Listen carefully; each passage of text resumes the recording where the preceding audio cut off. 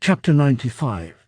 Besides sending Zhang He as van leader of Sima Yi, Cao Rui appointed two other generals, Xin Pai and Sun Lai, to assist Cao Zhen. Xin Pai and Sun Lai led 50,000 troops. Sima Yi's army was 200,000 strong. They marched out through the pass and made a camp. When encamped, Sima Yi summoned Zhang He to his tent and admonished him, saying, "A characteristic of Zhu Ziliang is his most diligent carefulness. He is never hasty. If I were in his place, I should advance through the Zhu Valley to capture Chang'an, and so save much time. It is not that he is unskillful, but he fears lest that plan might miscarry, and he will not sport with risk. Therefore, he will certainly come through the Zai Valley, taking my king on the way. That place captured, he will divide his force into two, one part to take Gu Valley. I have sent Cao Zhen orders to guard my king strictly, and on no account to let its garrison go out to battle.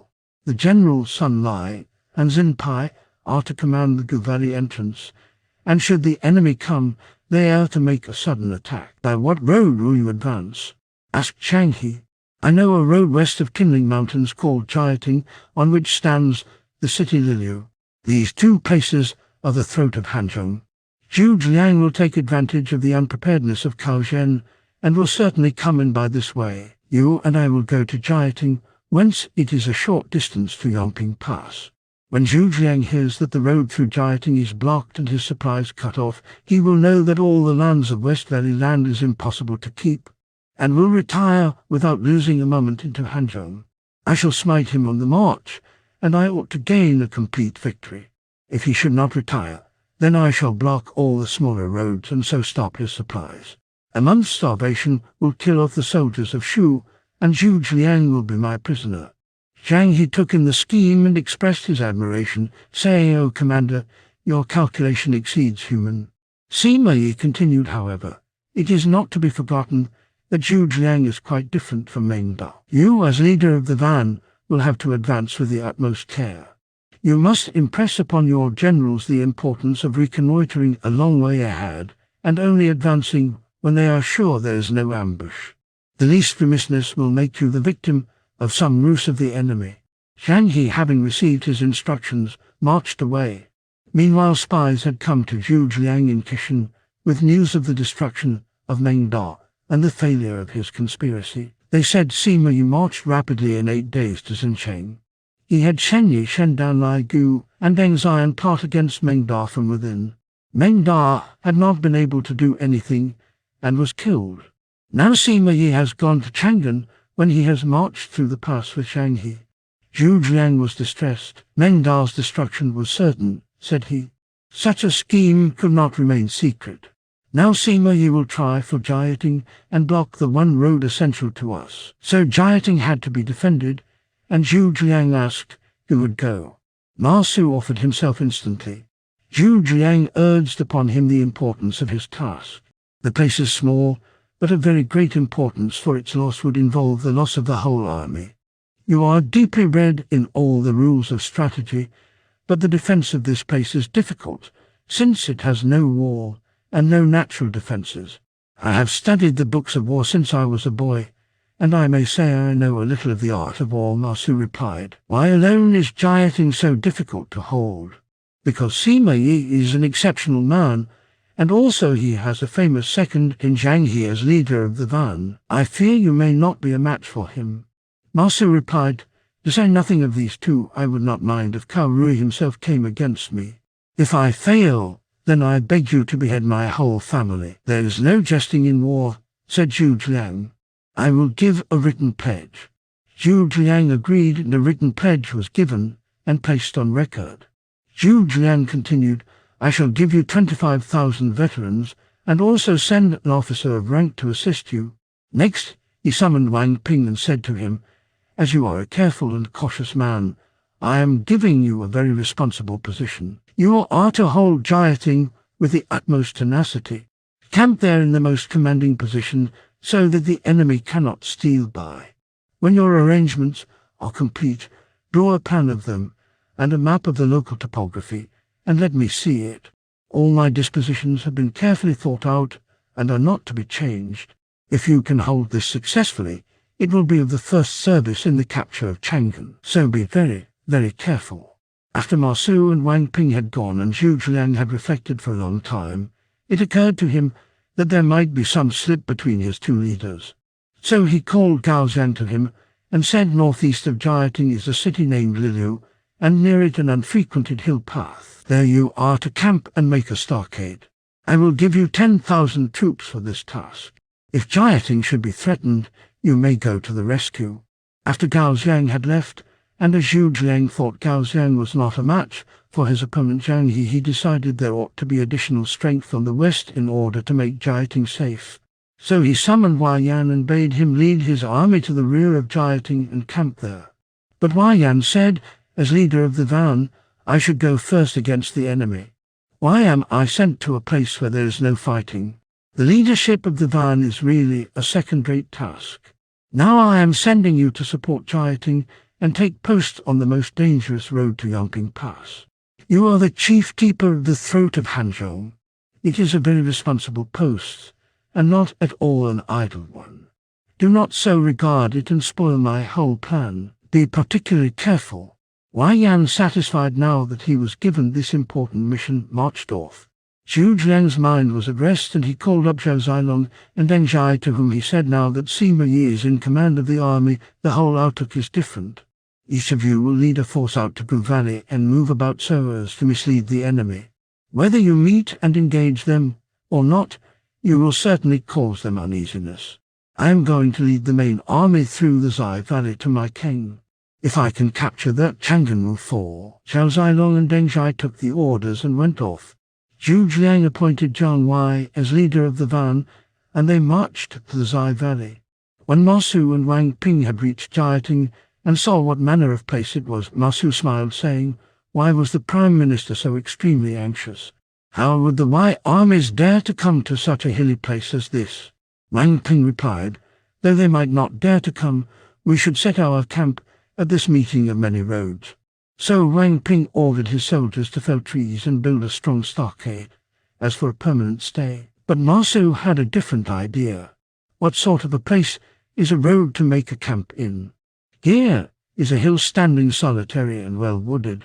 It is a heaven-created point of vantage, and we will camp on it. You are wrong, counsellor, replied Wang Ping. If we camp on the road and build a strong wall, the enemy cannot possibly get past. If we abandon this for the hill, and the troops of Wei come in force, we shall be surrounded, and how then be safe? You look at the thing like a child, said Ma Su, laughing. The rules of war say that when one looks down from a superior position, one can overcome the enemy as easily as cleaving bamboo. If they come, I will see to it that not a breastplate ever goes back again. I have followed our commander-in-chief in many campaigns, and always has he explained in details about the topography and given out well-thought orders. Now I have studied this hill carefully, and it is a critical spot. If we camp thereon, and the enemy cut off our water supply, we shall have a mutiny. No such thing, said Ma Su. Sun Zai says that victory lies in desperate positions. If they cut off our water, will not our soldiers be desperate and fight to the death? Then every one of them will be worth 100. I have studied the books, and the Prime Minister has always asked my advice. Why do you presume to oppose me? If you are determined to camp on the hill, then give me part of the force to camp there, on the west, so that I can support you in case the enemy come. But Ma Su refused. Just then a lot of the inhabitants of the hills came running along, saying that the Wei soldiers had come. Wang Ping was still bent on going his own way, and so Ma Su said to him, since you will not obey me, I will give you 5,000 troops, and you can go and make your own camp. But when I report my success to the Prime Minister, you shall have no share of the merit. Wang Ping marched about 3 miles from the hill and made his camp. He drew a plan of the place and sent it quickly to Zhu Zhiang with the report that Ma Su had camped on the hill. While Sima Yi was marching toward Jiating, he sent his younger son to reconnoiter the road and to find out whether it had a garrison. Said Sima Yi, if there is a garrison, do not advance further. Sima Zhao returned to report Jiating has already been occupied by Shu. Zhu Zhiang is rather more than human, said his father regretfully, when Sima Zhao gave in his report. He is too much for me. "Why are you despondent, father? I think Jiating is not so difficult to take. How dare you utter such bold words?" "Because I have seen. There is no camp on the road, but the enemy are camped on the hill." This was glad news. "If they are on the hill, then heaven means a victory for me," said his father. At night Sima changed into another dress, took a small escort, and rode out to sea for himself. The moon shone brilliantly, and he rode to the hill whereon was the camp and looked all round it, thoroughly reconnoitering the neighbourhood. Masu saw him, but only laughed. "If Sima has any luck, he will not try to surround this hill," said he. Masu issued an order to his generals in case the enemy come. "You are to look to the summit for a signal, with a red flag, when you shall rush down on all sides." Sima returned to his camp and sent out to inquire who commanded in Jiating. They told him, "He is Masu, brother of Ma Liang, a man of false reputation and very ordinary ability," said Sima. "If Zhu Jiang uses such as Masu, he will fail." Then he asked, "Are there any other camps near the place?" And they reported, "Wang Ping's camp is about 3 miles off." Wherefore Zhang He was ordered to go and check Wang Ping from coming to rescue. Zhang He marched out and placed himself between Wang Ping and the hill. This done, Sima ordered Shen Ye and Shen Dan to surround the hill and to block the road to the water supply. Lack of water would cause a mutiny, and when that occurred, it would be time to attack. Then Sima led the main body to attack the hill on all sides. From the summit of his hill, Masu could see the banners of his enemy all round, and the country about was full of soldiers. Presently the hemming in was complete, and the soldiers of Shu became dejected. They dared not descend to attack, although Masu hoisted the red flag signalling for them to move. The generals stood huddled together, no one daring to go first. Masu was furious. He cut down 2 generals, which frightened the others to the point of descending and making one desperate rush.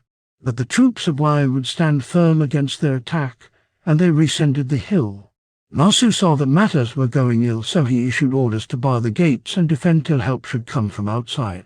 When Wang Ping saw the hill surrounded, he started to go to the rescue, but Zhang He checked him, and after exchanging some 10 encounters, Wang Ping was compelled to retire whence he had come. The white troops kept a close siege. The Shu soldiers in the hill camp, having no water, were unable to prepare food, and disorder broke out. The shouting was audible at the foot of the hill, and went on far into the night. The soldiers on the south side got out of hand, opened the gates, and surrendered. The men of Wei went round the hill, setting fire to the wood, which led to still greater confusion in the beleaguered garrison. At last Masu decided to make a dash for safety toward the west. Sima allowed him to pass, but Zhang He was sent to pursue and chased him for 10 miles. But then there came an unexpected roll of drums. Zhang He was stopped by Wei Yan while Masu got past. Whirling up his sword, Wei Yan dashed toward Zhang He, who retired within his ranks and fled. Wei Yan followed and drove Zhang He backward toward Jiating. The pursuit continued for 15 miles, and then Wei Yan found himself in an ambush, Sima on one side and Sima Zhao on the other. They went round the hill and closed in behind Wei Yan, and he was surrounded. Zhang He then turned back, and the attack was now on 3 sides. Wei Yan lost many troops, and all his efforts failed to get him clear of the press. Then help appeared in the person of Wang Ping. "This is life or me," said Wei Yan as he saw Wang Ping coming up, and the 2 forces joined in a new attack on the force of Wei. So the troops of Wei drew off while Wei Yan and Wang Ping made all haste back to their own camp in Jiating, only to find them in the hands of the enemy. Shen Ye and Shen Dan then rushed out and drove Wei Yan and Wang Ping to Liu. About that time Gao Xian got news of the attack on Jiating, and he marched out his army from Liu to the rescue. But halfway he fell in with Wei Yan and Wang Ping. When Gao Xian heard their story, he at once proposed a night attack on the Wei camp and the recovery of Jiating.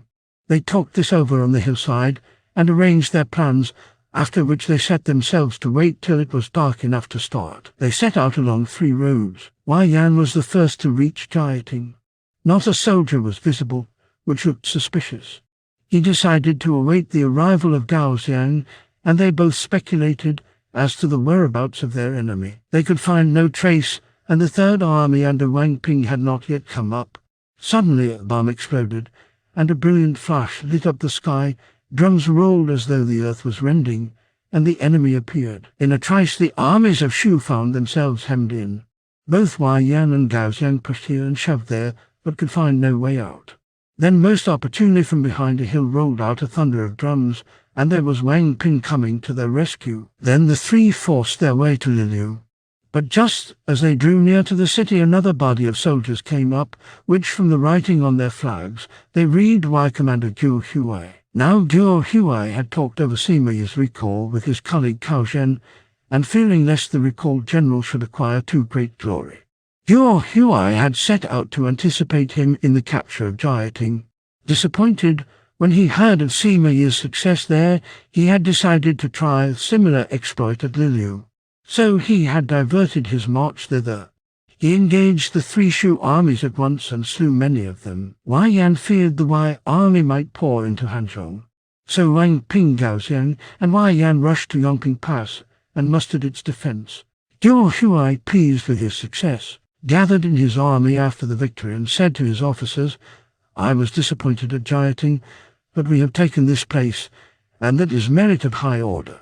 Thereupon he proceeded to the city gates. Just as he arrived, a bomb exploded on the wall, and looking up, he saw the rampart bedecked with flags. On the largest banner he read the characters Sima Yi, General who pacifies the West. At the moment Sima Yi himself lifted a board that hung in front of him, and looked over the breast-high rail. He looked down and smiled, saying, "How late you are, friend Guo Huai." Guo Huai was amazed. "He is too much for me," said he. So Guo Huai resignedly entered the city and went to pay his respects to his successful rival. Sima Yi was gracious and said, "Yu Zhiang must retire now that Jiating is lost. You join forces with Cao Zhen and follow up quickly." Guo Huai agreed and took his leave. Sima Yi called to him Zhang He and said, "Cao Zhen and Guo Huai thought we should win too great merit, so they tried to get ahead of us here. We are not the only ones who desire to achieve good service and acquire merit, but we had the good fortune to succeed. I thought Wei Yan, Ma Su, Wang Ping, and Gao Xiang would first try to occupy Yongping Pass. If I went to take it, then Zhu Jiang would fall on our rear. It says in the books on war that one should crush the retreating enemy, not pursue broken rebels. So you may go along the by-roads and smite those withdrawing down the Gu Valley, while I oppose the Zai Valley army. If they flee, do not press them too much, but just hold them up on the road and capture the baggage train." Zhang He marched away with half the force to carry out his part of this plan. Then Sima Yi gave orders, "We are going to the Zai Valley by way of Zicheng.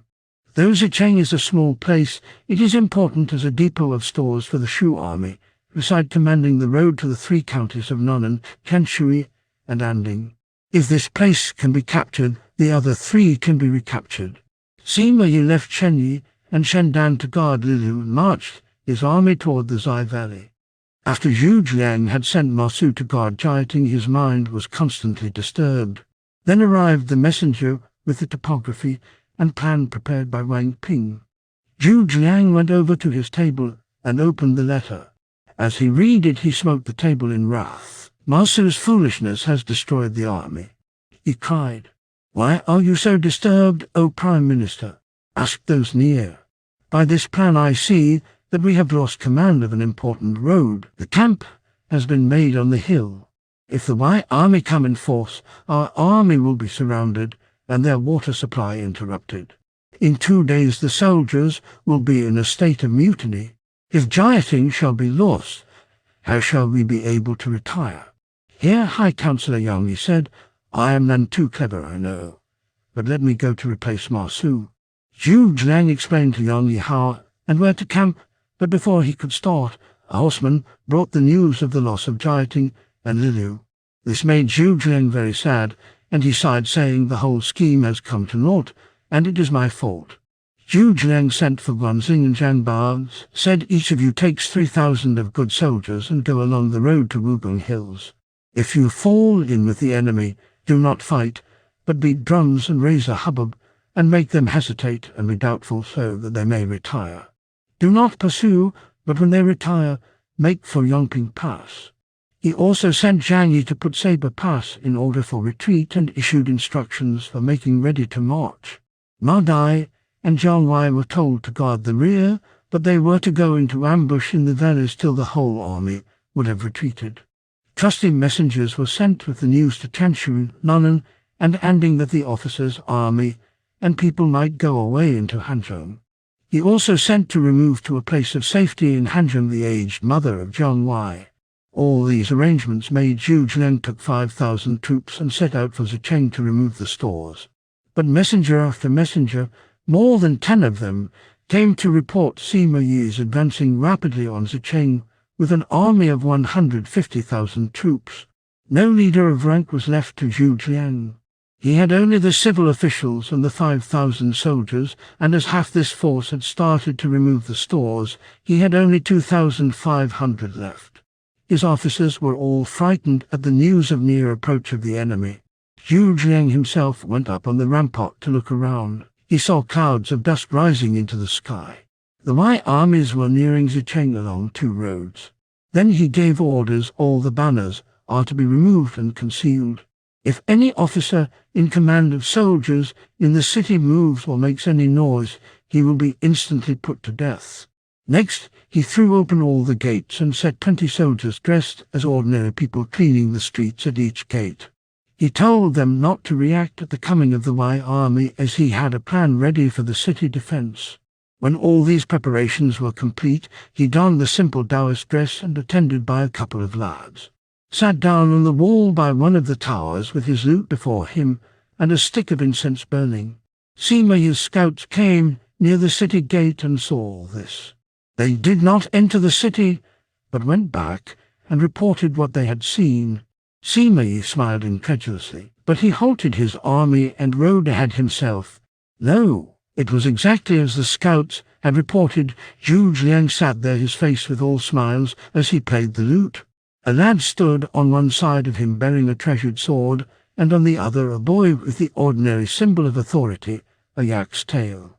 Just inside the gates a score of persons with their heads down were sweeping, as if no one was about. Sima Yi hardly believed his eyes and thought this meant some peculiarly subtle ruse. So he went back to his armies, faced them about, and moved toward the hills on the north. "I am certain there are no soldiers behind this foolery," said Sima Zhao. "What do you retire for, father?"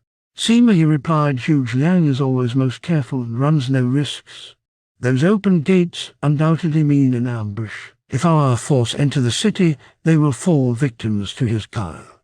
"How can you know?" "No, our course is to retire." Thus were the 2 armies turned back from the city, much to the joy of Zhu Zheng, who laughed and clapped his hands as he saw them hastening away.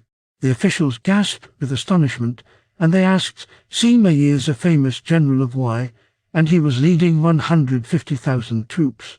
By what reason did he march off at the sight of you, O Prime Minister?" Zhu Zheng said, "He knows my reputation for carefulness, and that I play not with danger." Seeing things as they were made him suspect an ambush, and so he turned away. "I do not run risks, but this time there was no help for it. Now he will meet with Guanxing and Zhang Bao, whom I sent away into the hills to wait for him." They were still in the grip of fear, but they praised the depth of insight of their chief and his mysterious schemes and unfathomable plans. "We should simply have run away," said they.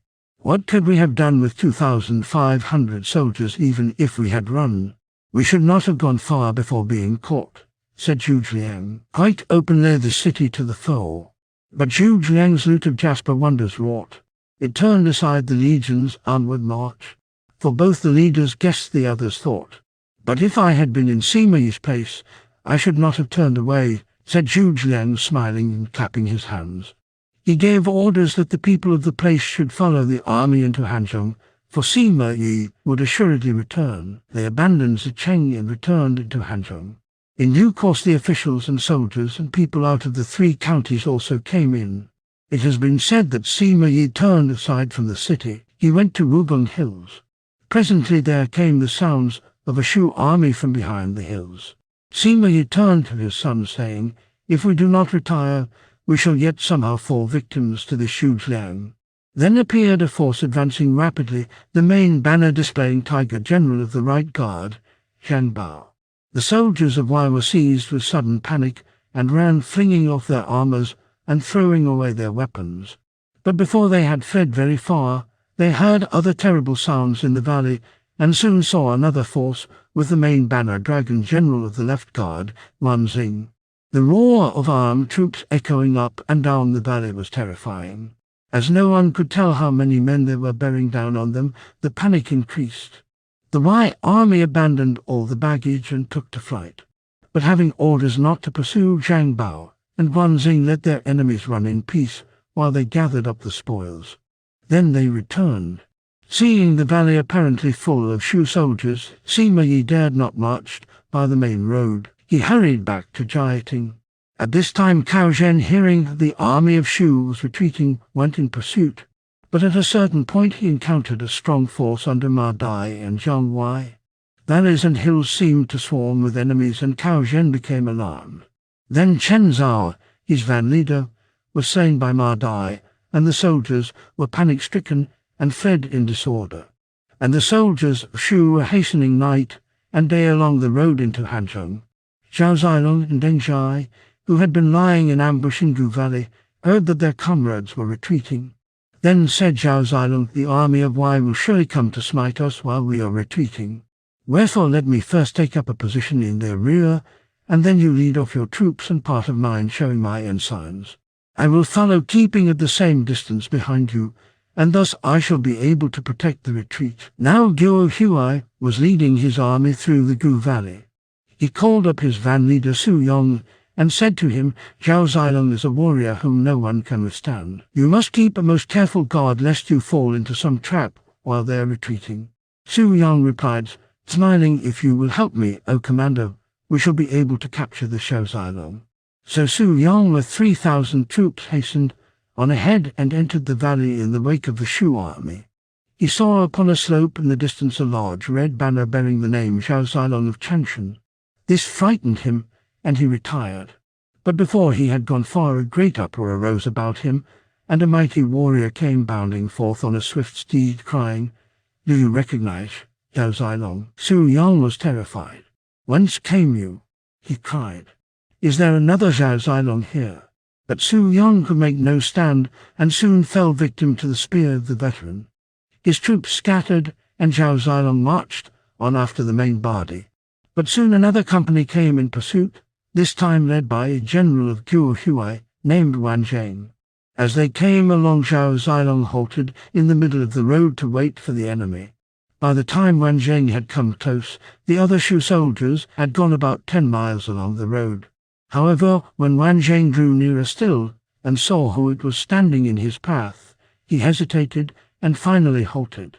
Zhao Zilong guarded the road until the sunset, when he turned back and retired slowly. Guo Huai and his army came up and met Wanzhong, who said, "Zhao Zilong is as terrible as ever. He guards the rear carefully, and I dare not be reckless." However, Guo Huai was not content, and ordered Wanzhong to return to the pursuit of the retreating army. This time Wanzhong led a company of several hundred horsemen. Presently they came to a wood, and as they entered, a loud shout arose in the rear, "Zhao Zilong is here." Terror seized upon the pursuers, and many fell from their horses. The others scattered among the hills. Wanzhong braced himself for the encounter, went on. Zhao Zilong shot an arrow which struck the plume on his helmet. Startled, Wanzhong tumbled into a water stream. Then Zhao Zilong pointed his spear at him and said, "Be off. I will not kill you. Go and tell Guo Huai to come quickly, if he is coming." Wanzhong fled for his life, while Zhao Zilong continued his march as rear guard, and the retreat into Hanzhong steadily continued. There were no other episodes by the way. Cao Zhen and Guo Huai took to themselves all the credit of having recovered the 3 counties Nan and Tianshui and Anding. Before the cautious Sima Yi was ready to pursue the army of Shu, it had already reached Hanzhong. He took a troop of horse and rode to Zicheng, and there heard from the few people who had formerly sought refuge in the hills and now returned that Zhu Jiang really had had no men in the city. With the exception of the 2,500 soldiers, that he had not a single military commander, but only a few civil officers. Sima Yi also heard that Guanzhong and Zhang Ba and had only a few troops whom they led about among the hills, making as much noise as they could. Sima Yi felt sad at having been tricked. "Zhu Jiang is a cleverer man than I am," said he with a sigh of resignation. He set about restoring order, and presently marched back to Chang'an. He saw the ruler of Wei, who was pleased with his success, and said, "It is by your good service that all counties of West Valley land is again mine." Sima Yi replied, "But the army of Shu is in Hanzhong undestroyed. Therefore I pray for authority to go against them, that you may recover the West River land also." Cao Rui rejoiced and approved and authorized the raising of an army. But then one of the courtiers suddenly said, "Your servant can propose a plan by which Shu will be overcome, and Wu submits. The generals lead their beaten soldiers home. The victors plan new deeds for days to come." Who offered this plan? Succeeding chapters will tell.